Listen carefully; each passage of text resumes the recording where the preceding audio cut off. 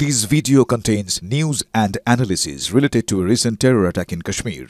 The content may include sensitive visuals and discussions that could be distressing to some viewers. Viewer discretion is advised. We strongly condemn all forms of violence and terrorism. The purpose of the content is solely to inform and create awareness based on verified reports. MDH chana masala এখন ছোলা হোক বা বরবটি দানা, সাদা চানা হোক বা কালো, সব রান্নাই হবে অসাধারণ। MDH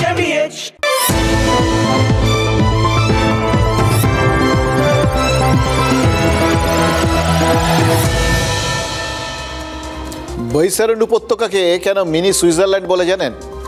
সাম্প্রতিককালে তো বারবার এই কথাটা আলোচনা হচ্ছে। কেন বলে? দেখুন, সহজভাবে ভাববেন না, এটা তো খুব সহজভাবে বলা যায় যে ওখানকার প্রাকৃতিক সৌন্দর্য হয়তো সুইজারল্যান্ডের মতো, দুটোই অসাধারণ প্রাকৃতিক সৌন্দর্যের অধিকারী, সেই জন্যই দুটো এক। বিষয়টা অত সোজা নয়, বললাম তো সহজভাবে ভাববেন না। জানেন সুইজারল্যান্ডে বর্তমানে লোকজন কেন বেশি করে যাচ্ছে? তার কারণ সুইজারল্যান্ডে স্বেচ্ছা মৃত্যু সেটা অ্যালাউড। ইউরোপের অন্যান্য দেশের মানুষজন তাদের কাছে ওই জন্য সুইজারল্যান্ডে যাওয়ার একটা হিড়িক পড়ে গেছে।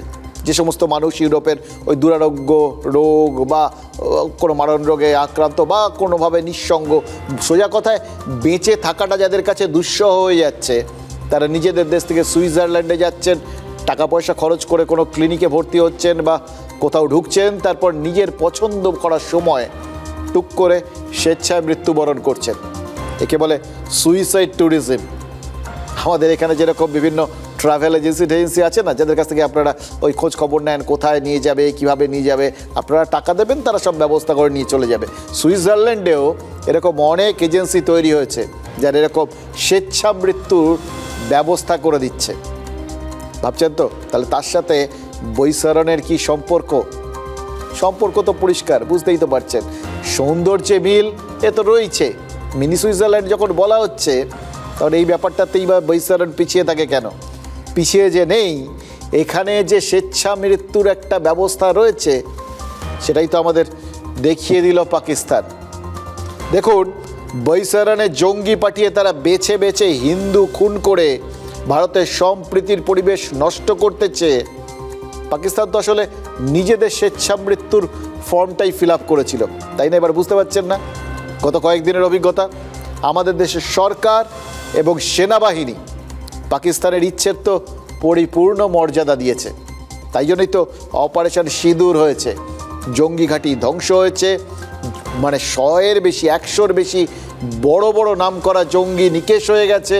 পাকিস্তানের সেনা পরিকাঠামো, যেটা তাদের গর্বের বিষয় ছিল, তাদের ভেতরে ঢুকে সেগুলোকে সব ক্ষতিগ্রস্ত করে ধ্বংস করে দিয়ে চলে এসছে ভারত। ফলে বুঝতে পারছেন, আধমোড়া করে রেখেছে আপাতত বৈশারণে ওই মিনি সুইজারল্যান্ড। পুরো সুইজারল্যান্ড হলে পুরো মৃত্যু ছিল, আপাতত আধমরা মিনি সুইজারল্যান্ড বলে। কিন্তু প্রয়োজন পড়লে ভারত যে তাদের বাকি আক্ষেপটাও মিটিয়ে দিতে পারে, ভারত যে মরার ওপর খাড়ার ঘা মারতেও তৈরি, সেটা আজ যেরকম প্রধানমন্ত্রী পরিষ্কার করে দিয়েছেন, তেমন তো গত দুদিনে বারবার স্পষ্ট করে দিয়েছেন আমাদের সেনা কর্তারা। विश्व समुदाय को भी कहूंगा,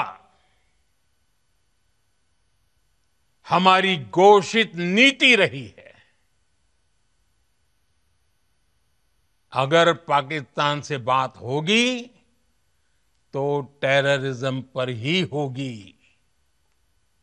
अगर पाकिस्तान से बात होगी तो पाक ऑक्युपाइड कश्मीर पीओके उस पर ही होगी। भारत का शक्तिशाली होना बहुत जरूरी है और आवश्यकता पड़ने पर इस शक्ति का इस्तेमाल भी जरूरी है। और पिछले कुछ दिनों में भारत ने यही किया है। टेरर और टॉक एक साथ नहीं हो सकते। टेरर और ट्रेड एक साथ नहीं चल सकते और पानी और खून भी एक साथ नहीं बह सकता। सर्जिकल स्ट्राइक और एयर स्ट्राइक के बाद अब ऑपरेशन सिंदूर आतंक के खिलाफ भारत की नीति है। ऑपरेशन सिंदूर ने आतंक के खिलाफ लड़ाई में एक नई लकीर खींच दी है, एक नया पैमाना, न्यू नॉर्मल तय कर दिया है। This time, if Pakistan dare take any action, and Pakistan knows it, what we are going to do. The response will be fierce and it will be punitive. जरूरत पड़ने पर अपने अगले मिशन के लिए तैयार हैं और तत्पर भी हैं। প্রধানমন্ত্রী যে কথাটা সুর বেঁধে দিয়েছিলেন একদম প্রথম দিন থেকে, ওই অপারেশন সিঁদুর যেদিন শুরু হয়েছিল সেদিন থেকেই তিনি কন্ট্রোল রুমে বসেছিলেন। ন্যাচারালি ওখান থেকেই তো গোটা বিষয়টা শুরু হয়, শেষ হয়, কি হবে, কিভাবে হবে। ওই যে শুনলেন নিও নর্মাল, এই নিও নর্মালটাই সেই দিন থেকে চালু করে দিয়েছেন প্রধানমন্ত্রী নরেন্দ্র মোদী এবং বুঝিয়েও দিলেন আজকে বক্তব্য রাখতে গিয়ে। এবং তার আগে যখন ওই তিন বাহিনীর প্রধানরা সাংবাদিক সম্মেলন করছিলেন, গতকাল করেছিলেন, আজকেও করলেন, তখন তারাও বুঝিয়ে দিয়েছেন সন্ত্রাসবাদীরা কোথাও একবারও ইধার উধার করলে ভারত ফের আঘাত আনতে তৈরি। ফের ইধার উধার করলে মানে প্রধানমন্ত্রী বলেছেন কিন্তু এটা নিও নর্মাল, এটা সন্ত্রাসবাদী এবং সন্ত্রাসবাদী রাষ্ট্র প্রত্যেকের জন্য নিও নর্মাল, অর্থাৎ তাদের জন্য এখন থেকে এটাই স্বাভাবিক। এর আগে বলে দিয়েছেন ভারত যে ভারতের বিরুদ্ধে কোনো রকম সন্ত্রাসবাদী কার্যকলাপ মানেই সেটা এদেশের বিরুদ্ধে যুদ্ধ ঘোষণা। ফলে ভারতের পরে যে কি করবে তার ইঙ্গিত প্রত্যেকটা মহল থেকে আসছে। এই যে কেউ কিছু করবে এটা বুঝতে পারলেই, ভাবনাটা বুঝতে পারলেই যে আঘাত করা হবে, এটাই কি বলা হয় জানেন? প্রিএমপ্টিভ স্ট্রাইক। আঘাত করার আগে আঘাত করতে পারে অনুমান করে শুরুতেই তাদের কোমর ভেঙে দেওয়া। দেখুন এই পহেলগামের ঘটনাটা, সেটার ক্ষেত্রে হয়তো প্রিএমপ্টিভ স্ট্রাইক করা যায়নি, জানা যায়নি যে এইভাবে ওরা এরকম একটা নৃশংসকাণ্ড ঘটনার জন্য তৈরি হচ্ছে, কিন্তু সেটা এবার প্রধানমন্ত্রী নরেন্দ্র মোদী স্পষ্ট করে দিলেন। এই যে এবার থেকে নজর রাখা হবে এবং যে মুহূর্তে বোঝা হবে যে ওরা কী করতে চলেছে, কড়া নজরে থাকবে, তো তখন আঘাত করা হবে। এটা একটা ইসরায়েলি স্টাইল, জানেন তো। এই যে প্রিএমপ্টিভ স্ট্রাইক কথাটা বললাম, এই বিষয়টা যুদ্ধের যে কি বলবো নোটবুক আর কি, সেই নোটবুকে প্রথম ঢুকিয়ে দিয়েছিল ইসরায়েল। যুদ্ধের নিয়মটা বদলে দিয়েছিল তারা যুদ্ধ ঘোষণার আগেই, তাই যুদ্ধ শেষ করে দিয়েছিল। 1967 সাল, মাত্র 6 দিনে আরবের 3টে দেশকে একসঙ্গে হারিয়ে দিয়েছিল আমাদের এই বন্ধু দেশ। সারা দুনিয়ার যুদ্ধের ডিকশনারিতে তখন থেকে এই নতুন শব্দটা ইসরায়েল ঢুকিয়ে দিয়েছিল, প্রিএমপ্টিভ স্ট্রাইক। 1967 সালে ইসরায়েলি জাহাজ ও পণ্যের জন্য সুয়েজ ক্যানেল বন্ধ করে দেয় মিশর। ইহুদি দেশে অর্থনৈতিক অবরোধ সৃষ্টি করাই ছিল লক্ষ্য, যার ফলে পরিস্থিতি যুদ্ধ করার মতো জায়গায় পৌঁছে যায়। ইসরায়েলকে 3 দিক দিয়ে পিষে ফেলতে সামরিক জোট তৈরি করে মিশর, সিরিয়া ও জর্ডন। এই 3 দেশকে মাত্র 6 দিনে পরাস্ত করে ইসরায়েল। জুন মাসের 5 তারিখ থেকে 10 তারিখের মধ্যে যুদ্ধ শুরু ও শেষ হয়ে যায়। প্রতি ক্ষেত্রেই শত্রু প্রথম পদক্ষেপ করার আগেই হামলা চালায় ইসরায়েলি সেনা। 5ই জুন মিশরের বিমান ঘাঁটিগুলিতে ঝাঁকে ঝাঁকে ইসরায়েলি যুদ্ধবিমান গিয়ে হামলা চালায়। ইসরায়েলি হামলায় বিমান ঘাঁটিতে দাঁড়িয়ে থাকা অবস্থাতেই ধ্বংস হয়ে যায় মিশরের যুদ্ধবিমান।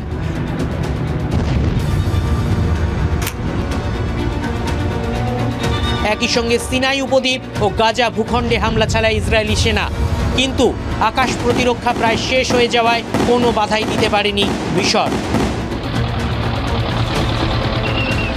সিরিয়া ও জর্ডন পরে ইসরায়েলকে রোখার চেষ্টা করেছিল, কিন্তু গতি কমলেও জায়নবাদী রাষ্ট্রকে রুখতে ব্যর্থ হয় তারা। মিশরের আকাশ প্রতিরক্ষা ব্যবস্থা পুরোপুরি ধ্বংস করে দিয়েছিল ইসরায়েল। 6 দিনের যুদ্ধে 3 আরব দেশের 15,000 সেনা মারা যান আর ইসরায়েলের 1,000 সেনার মৃত্যু হয়। যুদ্ধের পরে সিরিয়ার থেকে গোলান হাইটস, জর্ডনের থেকে পূর্ব জেরুজালেম এবং ওয়েস্ট ব্যাংক এবং মিশরের থেকে গাজা ভূখণ্ড ছিনিয়ে নেয় ইসরায়েল, যা তারা এখনও ফেরত পায়নি। তিনটে দেশই ইসরায়েলের সঙ্গে আর কোনোদিন সরাসরি সামরিক সংঘাতে জড়ানোর চেষ্টা করেনি। কি বললাম আপনাদের একটু আগে, এই পহেলগামে হামলার ঘটনাটা ভারত ধরতে পারেনি, ধরতে পারলে হয়তো তখনই কোনো প্রিএমটিভ স্ট্রাইক হতো। কিন্তু তারপর যে শিক্ষাটা গত কয়েকদিন ধরে পাকিস্তানকে ভারত দিয়েছে, তার মধ্যে কি কোনো প্রিএমটিভ স্ট্রাইক নেই? আছে তো, বিলকুল আছে। দেখুন খেয়াল করে, পাকিস্তান যে ঝাঁকে ঝাঁকে এই ড্রোন পাঠাচ্ছিল এবং তার সঙ্গে বেশ কিছু ওই আনম্যান্ড উড়ন জাহাজ আর কি, এইভাবেই বাংলা করলে দাঁড়ায় আর কি, বিভিন্ন ধরনের এরকম যুদ্ধাস্ত্র আছে, সেগুলো দিয়ে ভারতের ভেতর আক্রমণ করার চেষ্টা করছিল। তার মধ্যে কিছুগুলোর মধ্যে বিস্ফোরক ছিল, কিছুটার মধ্যে ছিল না। কিন্তু মূল কারণ ছিল দুটো, যে ভারতের যে এয়ার ডিফেন্স সিস্টেম সেটাকে পরখ করে নেওয়া এবং সেটাকে শেষ করে দেওয়া। কারণ এগুলোকে নামাতেও তো তাদের মিসাইল টিসাইল ছুটতে হচ্ছে, গোলাগুলি ছুটতে হচ্ছে, খরচ তো হচ্ছে। ফলে এগুলো করতে গিয়ে একটা সময় যখন হয় বিভ্রান্ত হবে, আর নয় তাদের নিজেদের এই সমস্ত ক্ষয়ক্ষতি হবে, বেশ কিছু অস্ত্র সেগুলো শেষ হয়ে যাবে, অস্ত্র ভাণ্ডার ফুরিয়ে আসবে। তখন পাকিস্তান ঠিক করেছিল কি, হয়তো তারা মিসাইল হানা দেবে, বাকি পুরো বড় বড় মিসাইলগুলো যেগুলো তারা ধরে নিয়েছে যে তাদের কাছে আছে আর কি। আর দ্বিতীয়ত এয়ারফোর্সকে তারা পাঠাবে আকাশপথে আঘাত হানার জন্য। ভারত কি এটা বোঝেনি? প্রথম কথা, পাকিস্তান তারা বোঝেনি যে ভারত কতটা প্রস্তুত। ভারত প্রস্তুত ছিল, এটা যে ওরা করবে এটা ভারত জানতো বলেই তাদের এয়ার ডিফেন্স সিস্টেমকে আগের থেকে তৈরি করে রেখে দিয়েছিল। দ্বিতীয়ত, ভারত যে মুহূর্তে দেখে যে পাকিস্তান ঝাঁকে ঝাঁকে পাঠাচ্ছে, এর পরের ধাপটা হচ্ছে এই এয়ারফোর্স যুদ্ধবিমান পাঠাবে। ভারতের মিসাইলের আঘাতে খেয়াল করে দেখুন, ভারত নিজের দেশ ছাড়েনি, নিজের দেশের ভেতর থেকে মিসাইলের আঘাতে পর এয়ারবেসগুলোকে ধ্বংস করে দিয়েছিল, রানওয়েগুলোকে ক্ষতিগ্রস্ত করেছিল। ও রানওয়ে যদি না থাকে তো আপনার ফ্লাইট উঠবে কোত্থেকে? আরেক জায়গা থেকে উঠতে পারতো ফ্লাইট, তাদের রণতরীর থেকে বা করাচির ওখান থেকে। ভারত সেখানে কিন্তু তাদের নিজেদের নৌবহরকে এগিয়ে দিয়েছিল, সাবমেরিনকে এগিয়ে দিয়েছিল। তারা এমন একটা জায়গা ছিল, ওখান থেকে একটা যুদ্ধ বিমানও মাটি ছাড়তে পারেনি, একটা জাহাজও আমাদের দেশের দিকে এগোতে পারেনি। কারণ সেটা যদি করতে যেত, প্রথম কথা মাঝ রাস্তায় উত্তর আরব সাগরে যুদ্ধে লাগতো এবং আমাদের যুদ্ধ বিমানগুলো সেই সময় তখন নিরস্ত্র তাদের করাচিতে গিয়ে আঘাত আনতে পারত। সেম ঘটনা কিন্তু ৭১-এর যুদ্ধেও হয়েছিল। ফলে এটাকে আপনি প্রিএমটিভ বলবেন না, যেভাবে গিয়ে এই 4খানা এয়ারবেসের রানওয়ে থেকে শুরু করে তাদের বিভিন্ন স্টোর, বিভিন্ন রেডার, সব কিছু ভারত আগ বাড়িয়ে ধ্বংস করে দিয়েছে। দেখুন, ৬-এর দশকে ইসরায়েলের সময় লেগেছিল ৬ দিন, লড়তে হয়েছিল ৩টে দেশের বিরুদ্ধে। এই ২০২৫-এ পাকিস্তানকে সিধে করতেও কি ভারতের ৬ দিনই লাগলো না, তার থেকে কম লাগলো। দেখুন, গত বুধবার থেকে অপারেশন সিঁদুর শুরু হয়েছিল, আজ সোমবার, ৬ দিনেই তো শেষ হলো। এবার দেখুন তার মাঝখানটায় মানে কিছু করতে হয়নি এরকম দিনগুলো আছে। আর এই শুরুর দিনটা যদি জঙ্গিদের বিরুদ্ধে আঘাত ধরেন তাহলে তো অতদিনও লাগলো না পাকিস্তানের জন্য। দেখুন, এই ৬ দিনে পাকিস্তান যে শুধু একের পর এক ব্যর্থ চেষ্টাই চালিয়েছে তা তো নয়। আমাদের পশ্চিম সীমান্তের রাজ্যগুলোতে ড্রোন বা মিসাইল হামলার চেষ্টা করে ব্যর্থ হয়েছে শুধু তা তো নয়, পাকিস্তান সারা বিশ্বকে বিনা পয়সায় সার্কাসও দেখিয়েছে। সার্কাস আগে দেখতেন না, বাঘ সিংহের খেলা যেরকম হতো, তেমন তো ওই জোকারদের কাজকর্মও থাকতো লোক হাসানোর জন্য। পাকিস্তানও তো এই সিরিয়াস ব্যাপার স্যাপারের মধ্যে যুদ্ধ হচ্ছে, গোলাগুলি চলছে, ওই মিসাইল হানা হচ্ছে, সাইরেন বাজছে, ব্ল্যাক আউট, তার মধ্যে একটু লোকজন এত টেনশনে থাকলে হবে? একটু লোক হাসানোর দরকার তো, সেটা পাকিস্তান ব্যবস্থা করে দিয়েছিল। পাকিস্তানের কথাবার্তা শুনে লোকে তখন হাসতো, তাদের প্রতিরক্ষা মন্ত্রী, তাদের বিদেশ মন্ত্রী, তাদের বক্তব্যগুলো শুনে ইনফরমেশন মিনিস্টার, তাদের বক্তব্যগুলো প্রত্যেক দিন লোক হাসিয়েছে, এখনও হাসাচ্ছে। প্রত্যেক দিন নিয়ম করে প্রেস কনফারেন্স ডেকে পাকিস্তানের সেনাকর্তারা যে ফিরিস্তি দিচ্ছেন, ভারতের কোথায় কত ক্ষতি করেছেন বলে তারা জানাচ্ছেন, কিন্তু কোনো তথ্য দিতে পারছেন না। যখন তাদের জিজ্ঞেস করা হচ্ছে, এই যে বলছেন আপনারা বিমান, যুদ্ধ বিমান আপনারা ধ্বংস করেছেন, কোথায় করলেন, কিভাবে করলেন, কোন যুদ্ধ বিমান ধ্বংস করলেন, কটা করলেন, প্রমাণ দিন। তার জবাবে কি বলছেন জানেন? আরে প্রমাণ আছে তো, ওই যে সোশ্যাল মিডিয়ায় লেখা হচ্ছে, ভাবা যায়। এরপর লোকে আর এদের কথায় কোনো রকম গুরুত্ব দেবে? ভাবুন, এরা কিন্তু মিনিস্টার, দেশের মন্ত্রী, তারা এই রকম বক্তব্য রাখছেন। ভাবুন, প্রতিরক্ষা মন্ত্রীর যদি বক্তব্য হয় যে তিনি তার প্রতিপক্ষ রাষ্ট্রের ক্ষতি করেছেন, কি তার আপনার কাছে আছে প্রমাণ? কি প্রমাণ? না, ওখানকার বিভিন্ন সোশ্যাল মিডিয়ায় লেখা হচ্ছে, এই হচ্ছে সেই হচ্ছে, এটা নাকি প্রমাণ। আর ভারত যখন তাদের ধাক্কা দিয়েছে তখন একদম হাতে গরম প্রমাণ হাজির করেছে, কোথায় কখন কিভাবে আঘাত এনেছে, কিভাবে ক্ষতিগ্রস্ত, আঘাত হানার আগে কি হাল ছিল, আঘাত হানার পরে কি হাল হয়েছে, সব পরিষ্কার করে দেখিয়ে দিচ্ছে ভারত। তাও সবটা দেখাচ্ছে না, যতটা দেখানোর ততটাই দেখাচ্ছে, কিন্তু যা দেখাচ্ছে সেটাই যথেষ্ট। এবং তাতে গল্পের গরু গাছে ওঠেনি কিন্তু, যেটা পাকিস্তানের ক্ষেত্রে হয়েছে। ইনফ্যাক্ট পাকিস্তানের গল্পের গরু গাছে নয়, এতক্ষণে চাঁদে পৌঁছে গেছে। পাকিস্তান কাল দাবি করেছে শুধু রাজস্থান, পাঞ্জাব বা গুজরাট নয়, তাদের ড্রোন নাকি আমাদের রাজধানী দিল্লিতেও হানা দিয়েছিল। ভাবুন, দুই দেশের অর্থনীতি, গণতন্ত্র, এগুলোর মধ্যে তো কোনো মিলমিশ নেই, দুটোর মধ্যে বিরাট ফারাক। কিন্তু দু দেশের সামরিক বাহিনীর মধ্যেও যে কতটা ফারাক এবং তার মধ্যে যে পেশাদারিত্বের কতটা ফারাক, সেটাও তো স্পষ্ট হয়ে গেছে। সমর বিশেষজ্ঞ এবং aviation war expert Tom Cooper গোটা বিশ্বে এই ভদ্রলোককে সবাই বেশ সমীহ করে চলেন, তার কথাটা বিরাট দাম আছে। তিনি স্পষ্ট ভাষায় কি বলেছেন জানেন? একটা দেশ যখন প্রতিপক্ষের পরমাণু অস্ত্রাগারের গোডাউনে আঘাত করে, মিসাইল ছোড়ে, তখন প্রতিপক্ষের আর কিছু করার থাকে না, তখন লড়াইয়ে কার জয় হয়েছে সেটা পরিষ্কার। তাই ইসলামাবাদ সংঘর্ষ বিরতির প্রস্তাব দেওয়ায় বিন্দুমাত্র অবাক হওয়ার কিছু নেই।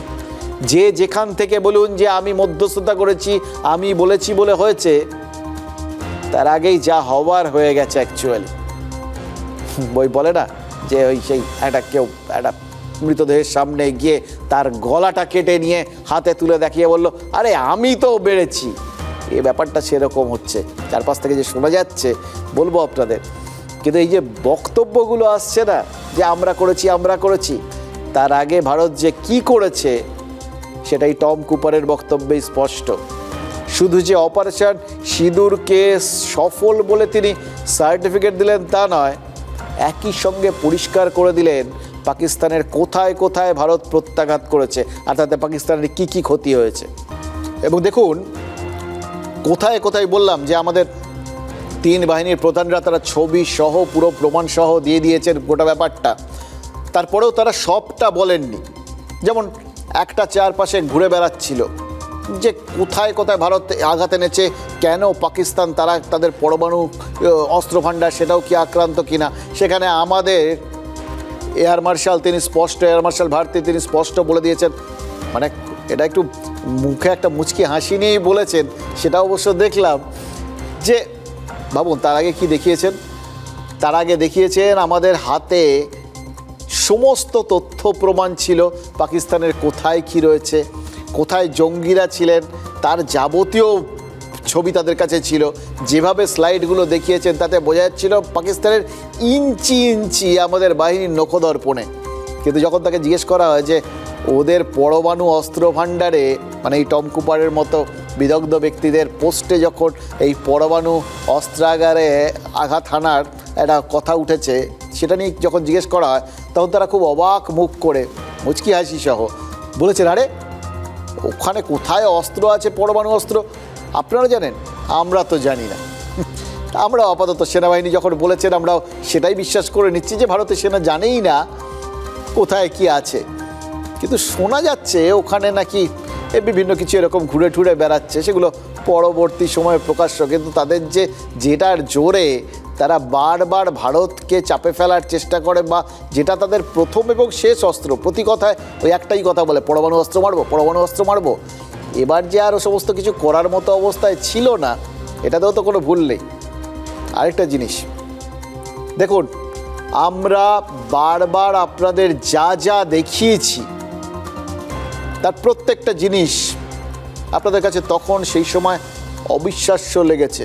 যেভাবে যুদ্ধের ছবি দেখিয়েছি, যেভাবে বিভিন্ন জায়গায় পরপর আক্রমণ এবং তারপর প্রত্যাঘাত দেখিয়েছি, সত্যি কথা বলছি এগুলো একটা সময় নিজেদেরও সিনেমার মতো লাগছিল। জানেন তো, আমাদের সঙ্গীরা, আমাদের সহকর্মীরা তারা সীমান্তের বিভিন্ন জায়গায় ছড়িয়ে ছিটিয়ে রয়েছেন, সেখানে তারা মানে একদম মাথার ওপর সাক্ষাৎ মৃত্যু নিয়ে তারা খবর পাঠিয়ে যাচ্ছেন, আমরা সে খবর দেখাচ্ছি। যুদ্ধের বাজারে যেখানে সেনাবাহিনী বাইরে কাউকে থাকতে দিচ্ছে না, ব্ল্যাকআউট হয়ে গেছে, সেখানে আমরা আমাদের সহকর্মীদের কাছ থেকে ছবি পেয়েছি, আমরা বিভিন্ন জায়গায় আমাদের সোর্স মাধ্যমে ছবি পেয়েছি, সেগুলো দেখিয়েছি। ইনফ্যাক্ট সেই ছবিগুলো যখন দেখাচ্ছিলাম কিরকম অদ্ভুত লাগছিল, এগুলো সব সত্যি এরকম হয়েছে, এইভাবে ঝাঁকে ঝাঁকে পঙ্গপালের মতো ড্রোন ঢুকছে, এইভাবে তাকে আমাদের air defence system, anti drone system সেগুলোকে অকেজো করে দিচ্ছে, নিউট্রালাইজ করছে। সম্ভব এটা? আমরা বলেছিলাম আপনাদের ট্যাঙ্ক বাহিনী এগোচ্ছে, স্থলবাহিনী এগোচ্ছে, আমরা বলেছিলাম আমাদের নৌবাহিনী এগিয়ে যাচ্ছে করাচির দিকে। একটা সময় যখন যুদ্ধ চলে না, এটা যুদ্ধই ছিল, সেই যুদ্ধের মাঝখানে স্ট্র্যাটেজিক নিজেদের পজিশনসগুলো বা স্ট্র্যাটেজিক মুভগুলো কোনো দেশই জানায় না বা ঘোষণা করে না, ভারতও করেনি।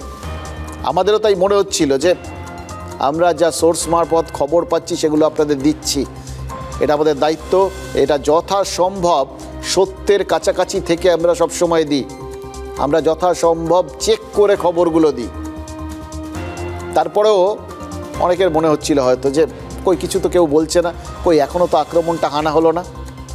এই যে কালকে এবং আজকে সেনাবাহিনী, নৌবাহিনী এবং এয়ারফোর্সের তরফ থেকে যে প্রেস কনফারেন্স করা হলো, তাতে আমরা যা যা খবর দিয়েছিলাম তার প্রত্যেকটা যে সঠিক ছিল, আমাদের সোর্সরা যে আমাদের প্রতি যথেষ্ট সুবিচার করেছেন, ইনফ্যাক্ট আমাদের সবার আগে এগিয়ে দিয়েছেন, এটা ভাবতে বা বলতে আজকে কোনো দ্বিধা নেই। সেটা তাদের বক্তব্য থেকেই সার্টিফিকেটটা পেয়ে যাচ্ছিলাম আমরা। সত্যিই তো তারা বলেছেন ভারতের স্থলবাহিনীও মুভ করতে শুরু করেছিল, কারণ ওদের স্থলবাহিনী এগোচ্ছিল। তারা তো বলেছেন ভারতের নৌবহর, যুদ্ধবাহী জাহাজ, ফ্রিগেট, ভারতের সাবমেরিন, তারা সব কটা উত্তর আরব সাগরে করাচি বন্দরের মানে কাছে পৌঁছে গেছিল, সেখানে গিয়ে তাদের আটকে রেখে দিয়েছিল, শুধু জাস্ট ধ্বংসলীলা শুরু করার অপেক্ষা। এবার তাও আমি বলছি, বহু খবর সেগুলো বলা হয় না, হয়তো মুচকি হেসে গিয়ে এড়িয়ে যান, ঠিক যেরকম একটু আগে যে কথাটা বললাম সেক্ষেত্রে মুচকি হেসেছিলেন এয়ার মার্শাল ভারতী। ফলে আঘাত কিছু যে হয়নি এরকম গ্যারান্টিও আপনারা দিতে পারবেন না। আমরা বিভিন্ন জায়গার থেকে যে ছবি পেয়েছি সেই ছবিগুলো আপনাদের দিয়েছি, এবং সত্যি কথা বলতে কি যুদ্ধের বাজারে এই সোর্স মারফত ছবি আসাটাই আসল। শুনলেন তো আমাদের ডিজিএমও ঘাই, তিনি বললেন যে লেফটেন্যান্ট জেনারেল ঘাই পরিষ্কার করে বললেন যে অনেক জায়গাতে, এবং এয়ার মার্শাল ভারতীও বললেন বহু জায়গাতে মিডিয়ার কাছ থেকে তারা ছবিগুলো পেয়েছেন, এবং সেই মিডিয়ার দেওয়া ছবি দেখিয়েই, যে ছবি আমরাও আপনাদের দেখিয়েছি, তারা বলেছেন এই আক্রমণটা আসলে, এই আঘাতটা আসলে এই জায়গায় ছিল, এই আঘাতটা আসলে লাহোরের ওই রেডার সিস্টেমকে অকেজো করতে ছিল।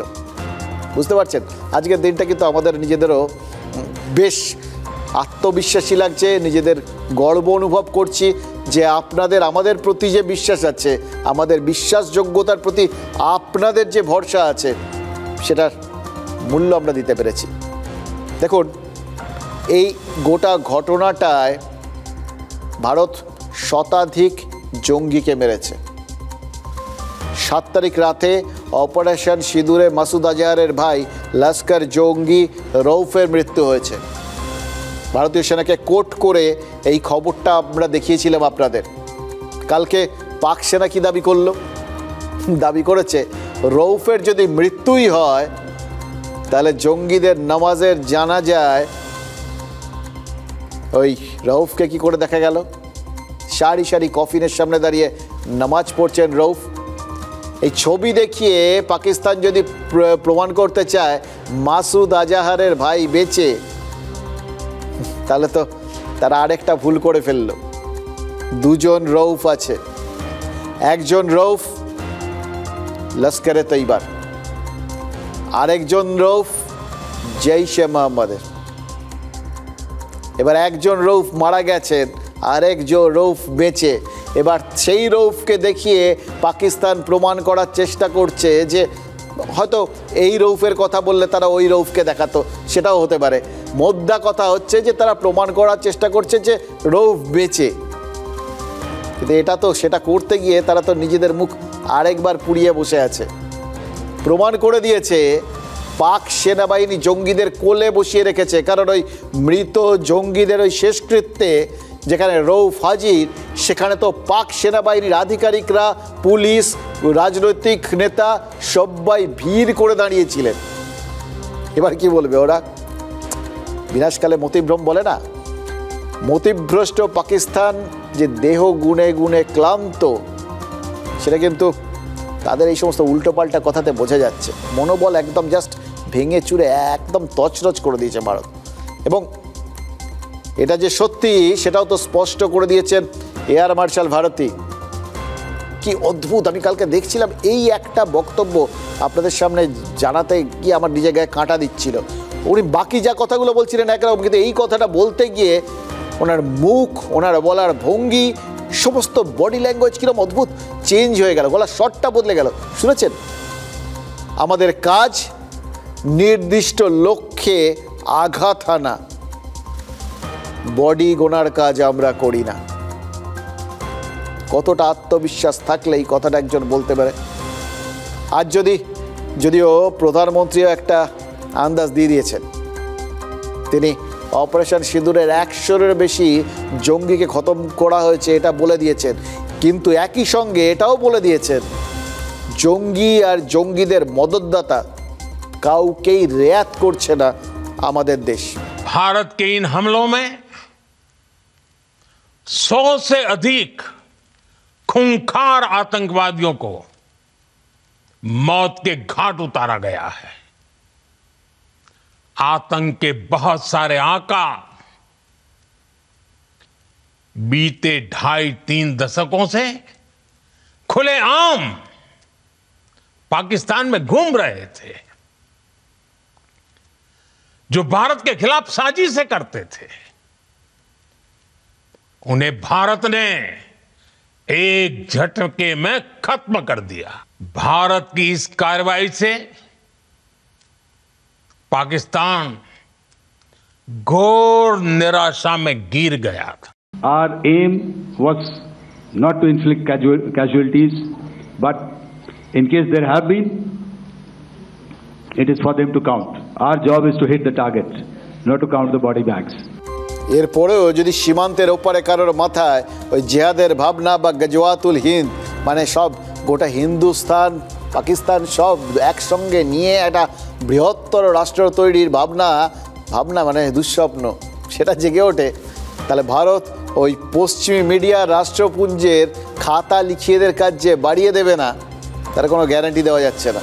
আর তাহলে সত্যকে আড়াল করে পাকিস্তানের ক্ষয়ক্ষতির খবর না করে ভারতের কতটা ক্ষতি হয়েছে সেই মিথ্যে প্রচারের যে দায়িত্ব পশ্চিমী সংবাদ মাধ্যম নিয়েছে, তাদের সেই কাজটা নতুন উদ্যমে শুরু করতে হবে, জানেন তো? তেমনি রাষ্ট্রপুঞ্জের খাতায় হয়তো দুটো নতুন দেশের নাম তুলতে হবে, স্বাধীন বালুচিস্তান আর স্বাধীন পাখতুনিস্তান। ভারত যা মেরেছে সে তো মেরেইছে, বালুচিস্তান আর পাখতুনিস্তানেও তো কম মার খাচ্ছে না পাকিস্তান। বালুচিস্তানে গত 3 দিনে প্রায় 50টার মতো আক্রমণ হয়েছে ওই পাক সেনাবাহিনীর ওপর। সেখানকার পরিস্থিতিটা কেমন জানেন? যে কোনো সময় ভারত প্রত্যাঘাত করতে পারে এই ভয়ে কয়েকদিন যেরকম রাওয়ালপিন্ডির থেকে করাচি মানে আলো নিভিয়ে বসে আছে, এমনকি যখন ভারতীয় ওই সব পরপর মিসাইল আঘাত হানছে, তখন পাক সেনাপ্রধান আসিম মুনির তিনি যেরকম বাংকারে গিয়ে লুকিয়েছেন, তেমনি বালুচিস্তান বা খাইবার পাখতুনখোয়ায় দিনের বেলাতেও আধার খুঁজেছে পাকিস্তানি সেনা, কারণ তাদের দেখলেই হামলা চালাচ্ছে বিএলএ এবং তেহরিকি তালিবান। ভারতের মারে গুটিয়ে যাওয়া পাকিস্তানকে আরও কুঁকড়ে দিতে নয়াদিল্লির সাহায্য চেয়েছে বালোচ লিবারেশন আর্মি। ভারতীয় সেনার সেই পুরনো অস্ত্রগুলো, যেগুলো তারা ওই বাংলাদেশ যুদ্ধের সময় পাকিস্তানি যে প্রায় ৯৫,০০০ সেনা আত্মসমর্পণ করেছিল, যে অস্ত্রগুলো ভারত রেখে দিয়েছিল, বলেছে সেগুলো দিন, তাহলেই আমরা দেশটাকে স্বাধীন করে নেব। দেখুন, বালোচিস্তানের বিদ্রোহীরা হিমশৈলের চূড়ামাত্র। অপারেশন সিঁদুরের পর মনে হচ্ছে ভারত আলটিমেটলি এই উপমহাদেশ কেন গোটা বিশ্বে একটা গুরুত্বপূর্ণ ভূমিকা নিতে চলেছে। এই বিভিন্ন দেশগুলোর মধ্যে ভাঙাগড়ায় এরপর ভারতের একটা বড় ভূমিকা থাকবে, এটা খুব স্পষ্ট। ভারতকে যারা চটাতে আসবে তারা যে ধূলিসাৎ হয়ে যাবে সেটা স্পষ্ট। আরেকটা জায়গা, একটা বিরাট গুরুত্বপূর্ণ ভূমিকা ভারত নেবে, সেটাও এই যুদ্ধকে কেন্দ্র করে অর্থনীতি। গোটা বিশ্বে অর্থনীতি একটা বড় অংশ চলে যায় কোথায়? নিজেদের প্রতিরক্ষায়। সোজা বাংলায় সমরাস্ত্র কেনায়, অস্ত্রশস্ত্র কেনায়। ওই যেরকম ওই বালোচরা চেয়েছে ভারতের কাছে, এরকম বিভিন্ন দেশ, তারা বিভিন্ন দেশ থেকে যাদের ভালো ভালো সমরাস্ত্র রয়েছে সেগুলো কেনাকাটা করে। ভারতও করেছে, ভারতও করে। কিন্তু তার বাইরে ভারত কিভাবে এই সমরাস্ত্রের বাজারে একটা শক্তি হয়ে উঠতে চলেছে এবং এই ভারত পাকিস্তান সংঘাতটার মধ্যে দিয়ে কিভাবে অস্ত্রশস্ত্রের একটা খোলা প্রদর্শনী এবং অ্যাডভার্টাইজমেন্ট হয়ে গেছে, হ্যাঁ, তার রিভিউ হয়ে গেছে, সেটা বলতে গেলে আরও কিছু কথা আজ বলতেই হবে। জানেন তো, খুব ইম্পর্টেন্ট, যে কথাগুলো আজ না বললেই নয়।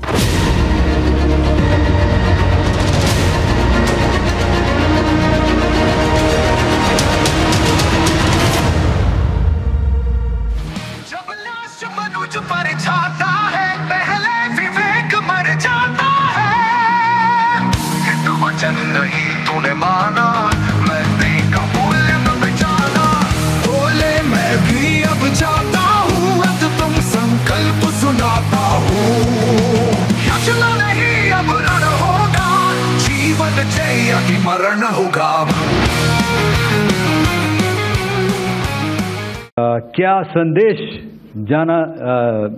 दिया जा रहा है?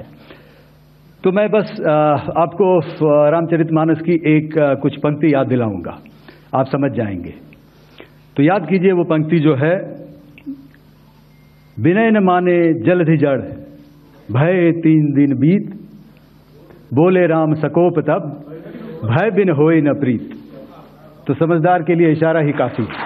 विनय न माने जलधि जड़, गए 3 दिन बीती, कहे राम सकप पर, ভয় বিন হয়ে না প্রীতি। সীতাকে উদ্ধার করতে গিয়ে ধনুষ্কটিতে 3 দিন বসেছিলেন শ্রীরামচন্দ্র। সমুদ্র সামনে রয়েছে, টপকাতে হবে, পার হতে হবে। কি করে পার হবে? ওরকম জলধি অত রকম সামনে। সমুদ্রকে অনেক অনুনয় বিনয় করলেন, কিন্তু সমুদ্র শান্ত হলো না। যখন ধৈর্যচ্যুতি হলো, রাম ক্ষিপ্ত হয়ে উঠে ধনুকে তীর লাগালেন, অগ্নিবাণ নিয়ে সমুদ্রকে শুষেই ফেলবেন। যখন সেটা করলেন তখন সমুদ্র হাত জোর করে ক্ষমা প্রার্থী হলো এবং সেতু বন্ধের অনুরোধ জানালো আপনি সেতু বাঁধুন, এই করলে আপনার সেতু বন্ধন সম্পন্ন হবে, আমি কোনো প্রবলেম করব না। রামচন্দ্রের কথাই সত্যি প্রমাণ হলো। ভয় না দেখালে কেউই, আমরা দেখছি, এই প্রেমের কথা বুঝতে পারে না, জানেন তো। এবারও দেখুন, তাই তো হলো। এয়ার চিফ মার্শাল একে ভারতী এরপর কি বলেছেন সেটাও একটু খেয়াল করে দেখুন। समझदारों के लिए इशारा ही काफ़ी है ना, বলি আমরা। ওই বললেন, ইঙ্গিতটা পণ্ডিত বুঝে যায়, আমরাও বুঝে গেছি। কোন সমুদ্র নিজের গর্ভে সন্ত্রাসবাদীদের লুকিয়ে রেখেছে, আর সমুদ্রের ভেতরে সেই রাক্ষসদের মারতে কি অগ্নিবাণ ব্যবহার করা হয়েছে এবং কি করা হয়েছে, সেটা কিন্তু ওই রামচরিতমানস থেকে একটা পংক্তি ব্যবহার করেই ভারতের এয়ার মার্শাল একে ভারতী জাস্ট বুঝিয়ে দিয়ে গেছেন। আর নিরাপত্তা বিষয়ক ক্যাবিনেট কমিটির বৈঠকে প্রধানমন্ত্রীও তো স্পষ্ট বার্তাটা দিয়েছিলেন। জঙ্গিদের ধূলিসাৎ করা, জঙ্গি ক্যাম্প মাটিতে মিশিয়ে দেওয়া, ঘরের ভেতরে ঢুকে মারা, যা যা বলেছিলেন সব প্রতিশ্রুতি পালন করা হচ্ছে। এই সেনাবাহিনী, নৌবাহিনী, এয়ারফোর্স তিন প্রধান পরপর বসে সেটাই তো পরিষ্কার করে দিয়েছেন।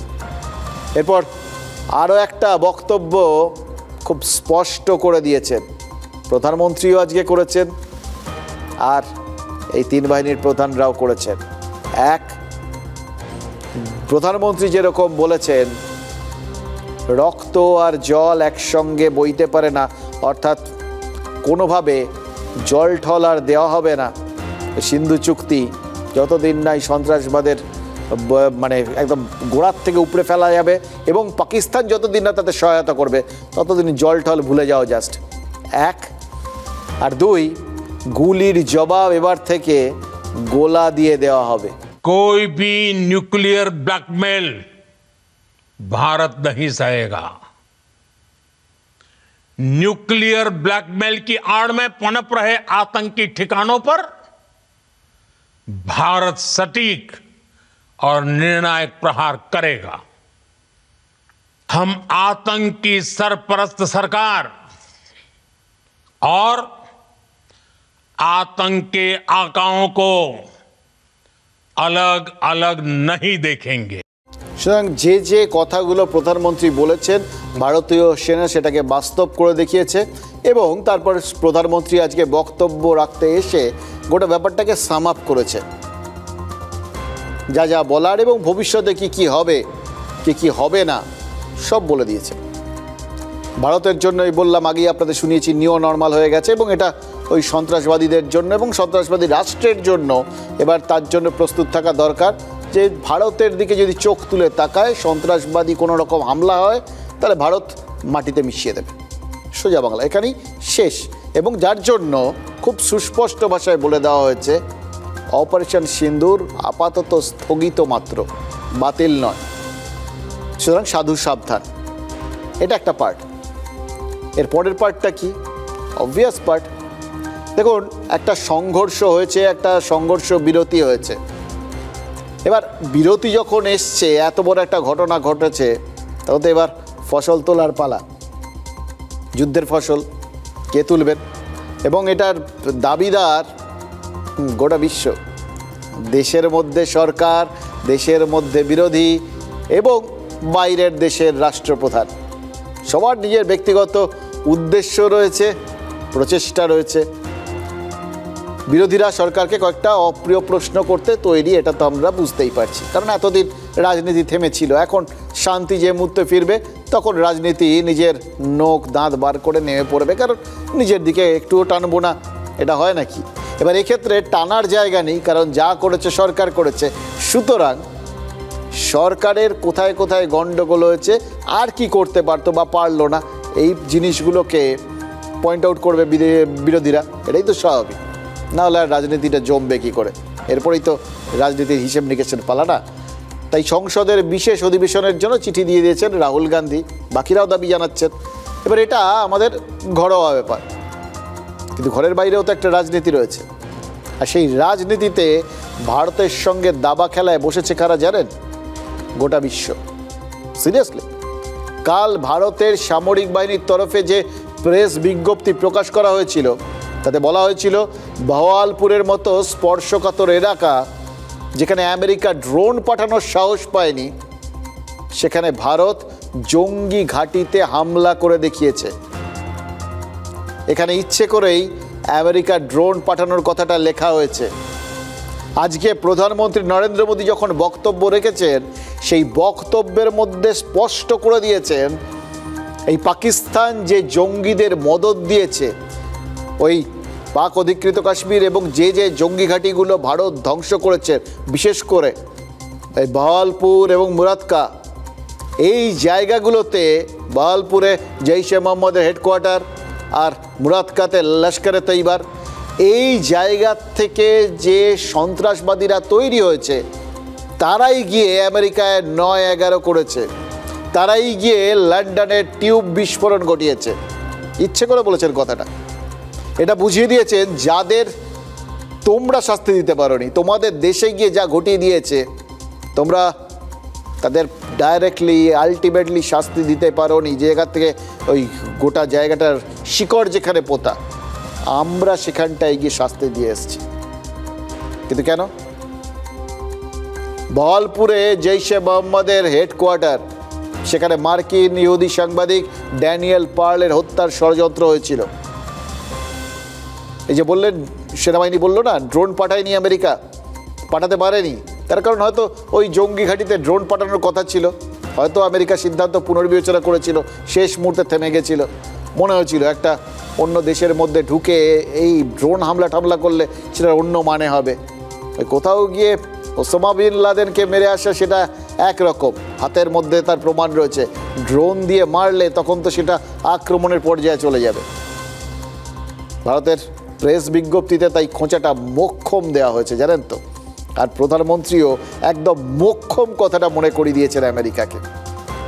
দেখুন, ভারত আর আমেরিকার ওপর যে সম্পর্কটা এখন রয়েছে, সেখানে কিন্তু এরকম খোঁচা মারার কথা না। তাহলে সামরিক বাহিনী কেন আমেরিকাকে বার্তা দিতে গেল, আর প্রধানমন্ত্রী বা কেন আমেরিকাকে বার্তা দিলেন তোমরা পারোনি, আমরা পেরেছি? তার কারণ সবার আগে এই যাবতীয় কিছুর কৃতিত্ব নিতে ঝাঁপিয়ে পড়েছে আমেরিকা। দেখুন, আমেরিকা এখন যিনি চালাচ্ছেন সেই ডোনাল্ড ট্রাম্প মহাশয়, তিনি ব্যবসায়ী, পুরো দস্তুর ব্যবসায়ী, আমাদের ভারতীয় ভাষায় বললে আপাদ মস্তক বানিয়া। তিনি কোনো কিছু কেনাকাটার শর্ত ছাড়া জানেন না। তার জন্যই দেখুন, তার মধ্যে একটা উদগ্র প্রচেষ্টা রয়েছে সমস্ত আগে গিয়ে পুরো জিনিসটা কুড়িয়ে কাচিয়ে নিজের পকেটে ভরে ফেলে। এক্ষেত্রেও তাই কৃতিত্ব নেওয়ার জন্য কি করেছেন খেয়াল করে দেখুন। ভারত যখন বার্তাটা সবার সামনে দিল যে যুদ্ধবিরতি হবে,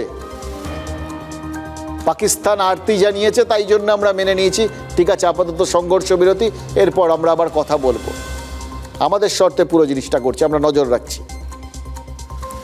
খেয়াল করে দেখুন, এই বার্তাটা দেওয়ার আগেই, জাস্ট কিছুক্ষণ আগে আমেরিকা একটা বার্তা ছড়িয়ে দিয়েছিল, আমরাই করেছি, আমাদের জন্যই হয়েছে।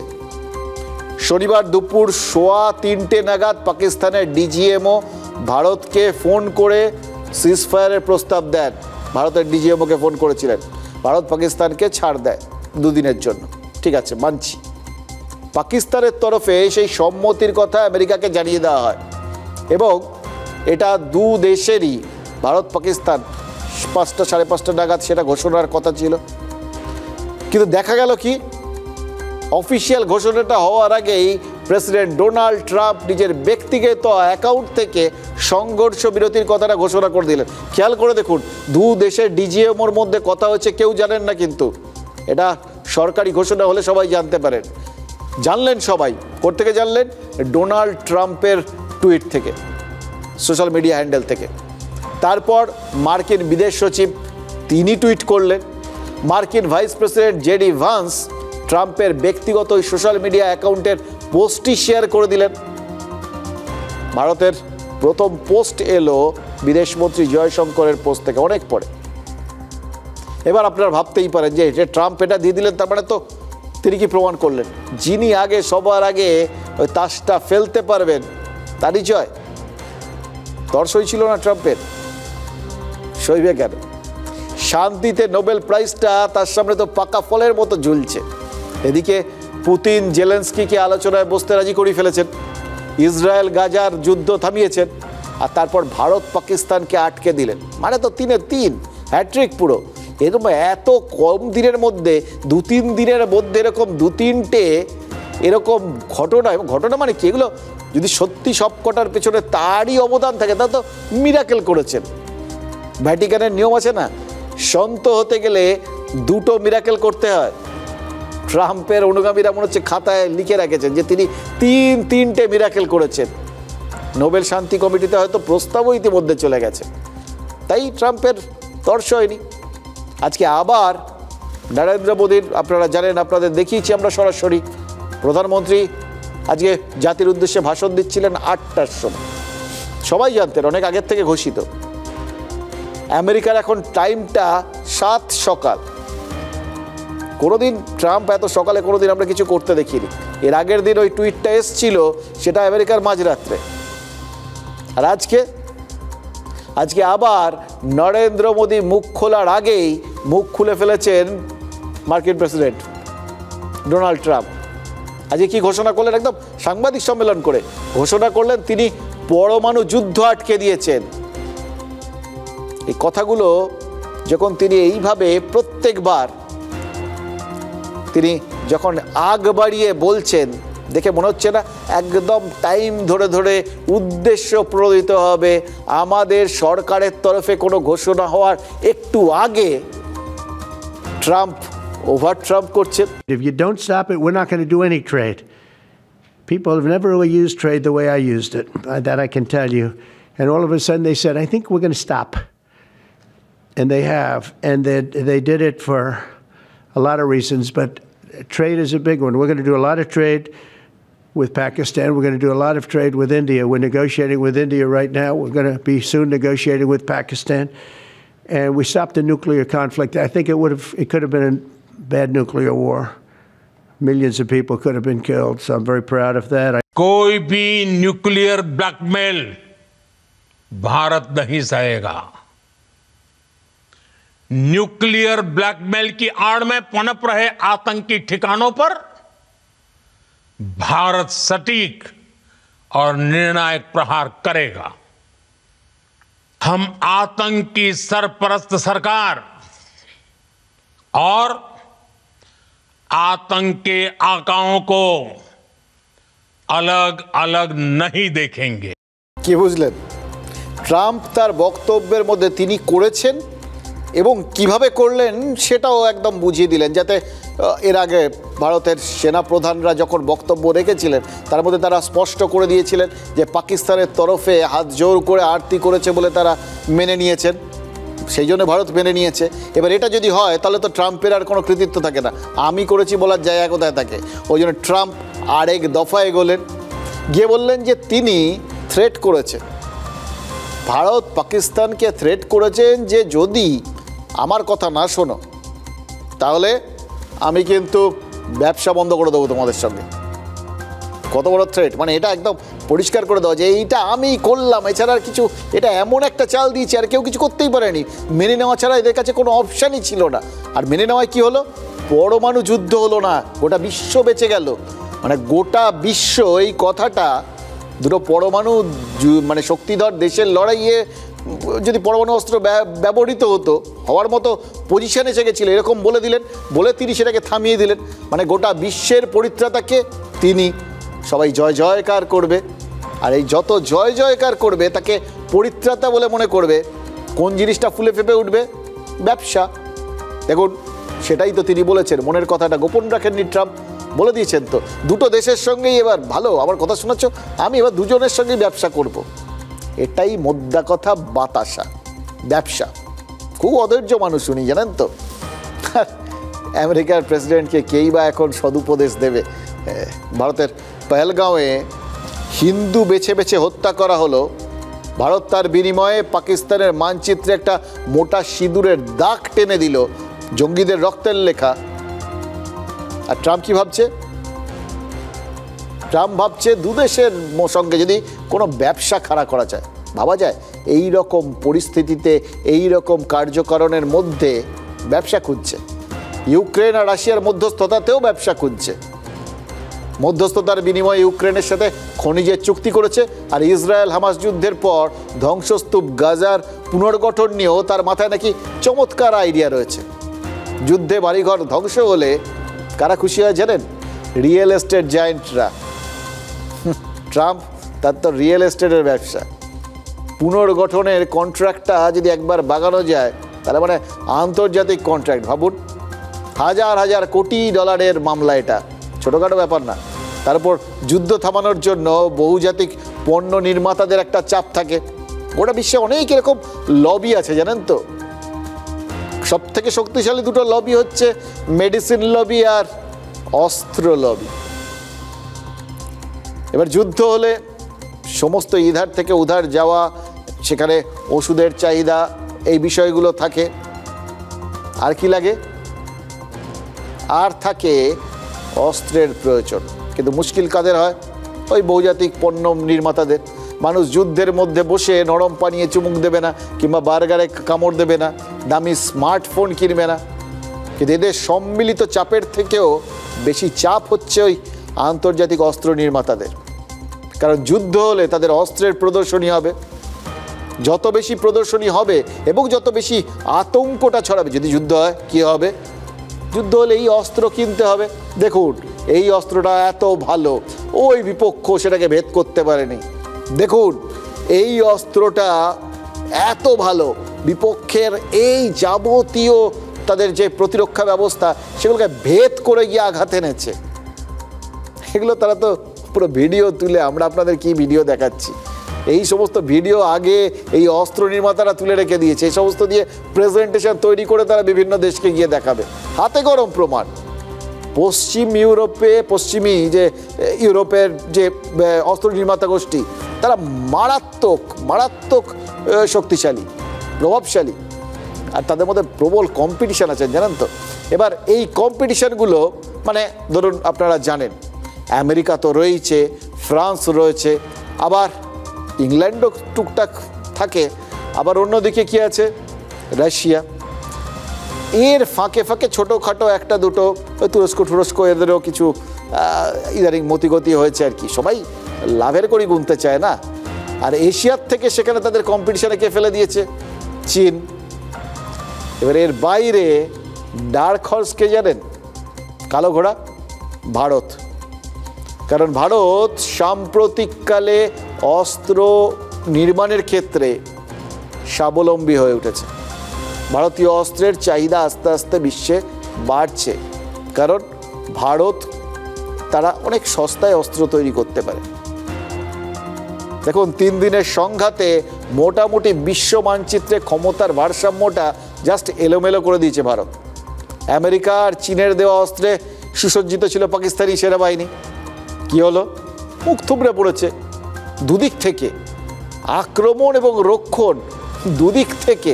ওই সেনাবাহিনী বলেছিল না, আমরা এমন অবস্থা করেছি ওদের না আক্রমণ করার ক্ষমতা বেঁচে রয়েছে, না রক্ষণের ক্ষমতা বেঁচে রয়েছে। ভাবুন কি ছিল না, আমেরিকান সেই F-16 থেকে শুরু করে চীনের JF-17 বিমান এবং বিবিধ রকম তাদের মিসাইল ফিসাইল, সেগুলো না পেরেছে ভারতীয় মিসাইলকে আটকাতে, আর না পেরেছে ভারতের এয়ার ডিফেন্স সিস্টেমকে ভেদ করতে। দেখুন মুখে যে যতই আস্ফলন করুক না কেন, পাকিস্তান যত না বেকায়দায় পড়েছে এই ভারতের হাতে, তার থেকেও বেশি অস্বস্তি থেকে পড়েছে জানেন চীন আর আমেরিকা। পাকিস্তান সামরিক সরঞ্জাম যে ব্যবহার করে তার 81%ই চীন থেকে আমদানি করে। চীনের দেওয়া এয়ার ডিফেন্স সিস্টেম ভারতের মিসাইল আর ড্রোনকে ঠেকাতে পারেনি। চীনের বিমান ভারতের নিরাপত্তা, আকাশ নিরাপত্তার জাল জাস্ট ভেদ করতে পারেনি। চীনের দেওয়া মিসাইল ভারতের আকাশেই জ্বলে ছাই হয়ে গেছে। একই অবস্থা ওই তুরস্কের দেওয়া ড্রোনগুলোর। বেচারা এরদোগান বিশ্বাসঘাতকতা করতেই যদি হতো আর একটু ভালো অস্ত্রশস্ত্র দিলেই পারতিস, তা না, খামোখা ভারতের শত্রুর তালিকায় নামও লেখালো আর ওদিকে ব্যবসাটাও গেল। এরপর আর কেউ কিনবে তুরস্কের ওই ড্রোন? আর চীন আমার ধরনেই বেদম খেপে গেছে। এইভাবে আমাদের মুখ পোড়ালি, বাজেটটা খারাপ করে দিলি, কোনো মানে সমস্ত দিক থেকে পথে বসালি, কোনো ক্ষতি তো করতেই পারলো না ভারতের, উল্টে আমাদের ক্ষতি করে দিয়ে গেল। এদের বন্ধু রাখাটাই হচ্ছে সব থেকে বড় খারাপ জিনিস। নিশ্চয়ই চীনে সব ভাবছে। এরদোগান চীনের দিকে তাকিয়ে কিন্তু স্বস্তির নিঃশ্বাস ফেলতে পারেন, জানেন তো। তার তো শুধু ড্রোন ডুবেছে, চীনের সব অস্ত্রই তো পাকিস্তানের হাতে পড়ে ডাহা ফেল করে গিয়েছে। এবং আমি শিওর গোটা বিশ্বই না এখন এই আমরা যেটা বলি সেটা বলছে, চীনা মালের কোনো ভরসা নেই, আসল সময় ফুস, কোনো গ্যারান্টি নেই। আসলে শুধু দামি মলাটের বই কিনলে হবে এটাও বুঝতে হবে, ছাত্রকেও তো মেধাবী হতে হবে। দেখুন অপারেশন সিঁদুর করে ভারত কিন্তু সারা দুনিয়াকে সেটা বুঝিয়ে দিয়েছে।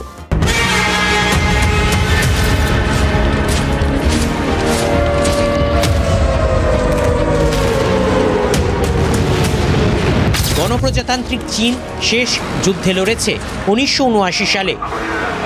কম্বোডিয়া দখল করতে গিয়ে ছোট্ট দেশ ভিয়েতনামের কাছে মার খেয়েছিল বিশাল চীন। মার খেয়ে পিছু হটতে হয়েছিল পিপলস লিবারেশন আর্মিকে। গত 46 বছরে আর কোনো যুদ্ধে নামেনি চীন।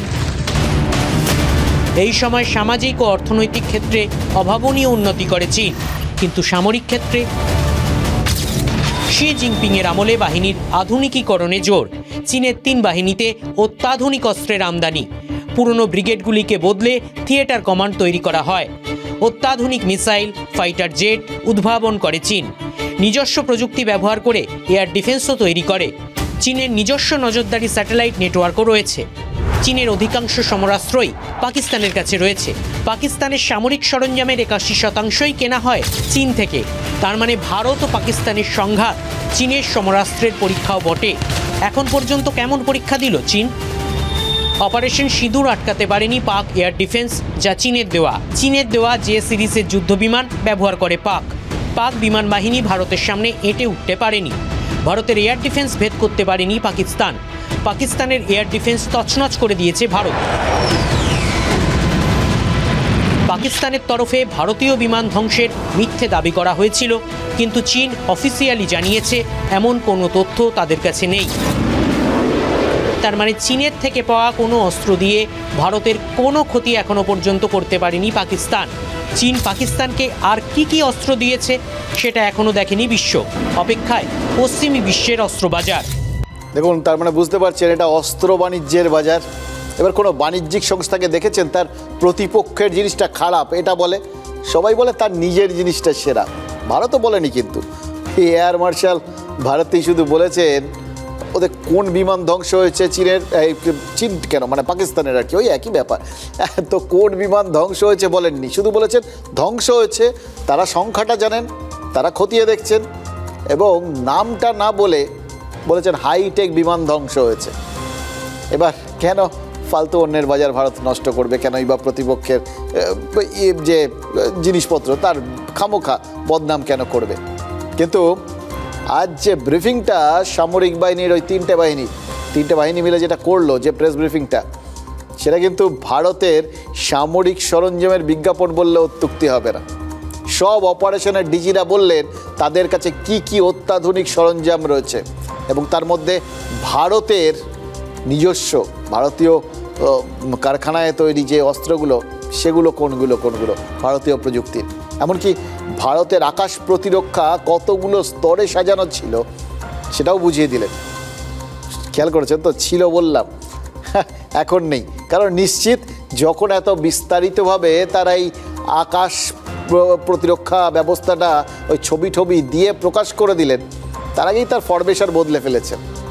তবে সামরিক বাহিনী বলছে পাকিস্তানের ড্রোনগুলো সেগুলো যতই ওই তুরস্ক থেকে আসুক, তার জন্য ভারতকে তাদের মানে হাইটেক বা লেটেস্ট জিনিসপত্র ব্যবহার করতে হয়নি। ভারতের পুরনো কামানগুলোই তার জন্য যথেষ্ট। তার মানে ভাবুন তুরস্কের ড্রোনের কোয়ালিটিকে কিভাবে পথে বসিয়ে দিয়েছে ভারত। আর ভারতীয় দেশীয় অস্ত্রগুলোর কথা ফলাও করে বলা হয়েছে। আকাশ সিস্টেম দুর্দান্ত। S-400-এর পাশাপাশি আকাশ সুরক্ষার ক্রেতাও এর ফলে বাড়বে। আকাশ মিসাইলের বিক্রি নিয়ে আর্মেনিয়ার সাথে কথা চলছে। আরও কয়েকটা দেশ আকাশ সিস্টেম কিনতে আগ্রহী। অন্যান্য দেশগুলো বিক্রি বাট্টার জন্য মানে ভারতের কাছে আবদার করবে আর কি, দরদাম করবে, অর্ডার দেবে।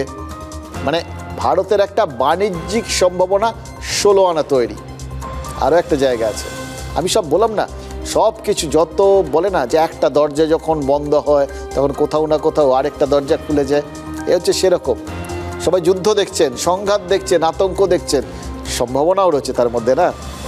মহাকাশ গবেষণার ক্ষেত্রটা ভাবুন, একটা তো বাণিজ্যিক সম্ভাবনা অস্ত্র বাণিজ্যে, আরেকটা দিকে মহাকাশ গবেষণায় ইসরো অনেক দিন থেকেই এগিয়ে রয়েছে, অন্য সব দেশের থেকে এগিয়ে।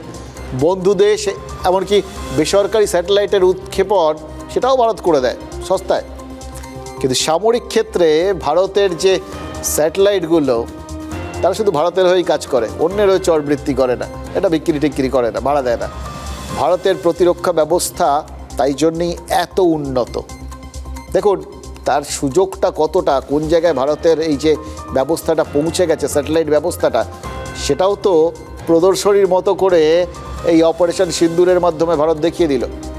স্যাটেলাইট সবার মাথার ওপর ঘোরে, পাকিস্তানের ওপরেও ঘোরে, তাই পাকিস্তানের জঙ্গি আর সামরিক ঘাঁটিগুলোর খুঁটিনাটি তথ্য ভারতের কাছে আছে। সেটা গত 3 দিনের সংঘাতেই দেখা গেছে এবং 3 দিনের ব্রিফিংয়ে যেভাবে ছবিগুলো দিয়েছেন সেই ছবিগুলো দেখেই বোঝা যাচ্ছে। মার্কিন মহাকাশ গবেষণাবিদরা কি বলেছেন জানেন? মহাকাশে জালের মতো ছড়িয়ে রয়েছে এখন ভারত। যে কোনো দেশের টেলিকমিউনিকেশন ভারত যখন তখন স্তব্ধ করে দিতে পারে। সামরিক বাহিনীর তরফে যে বিজ্ঞপ্তিকাল প্রকাশ হয়েছে তাতে বলা হয়েছে কি জানেন? 23 মিনিটের জন্য পাকিস্তানের গোটা রেডার সিস্টেমটাই জ্যাম করে দিয়েছিল। এই 23 মিনিটেই তো পাকিস্তান তছনছ করে দিয়েছে ভারত। এবার কোথা থেকে এটা হলো এটা বুঝতে পারছেন তো? তার মানে ইসরো এখন দেশের সুরক্ষায় নিয়োজিত এবং গোটা বিশ্বের কাছে এই বার্তাটা ভারত কিন্তু এই অপারেশন সিঁদুরের মাধ্যমে দিয়ে দিয়েছে, আমরা আত্মনির্ভর।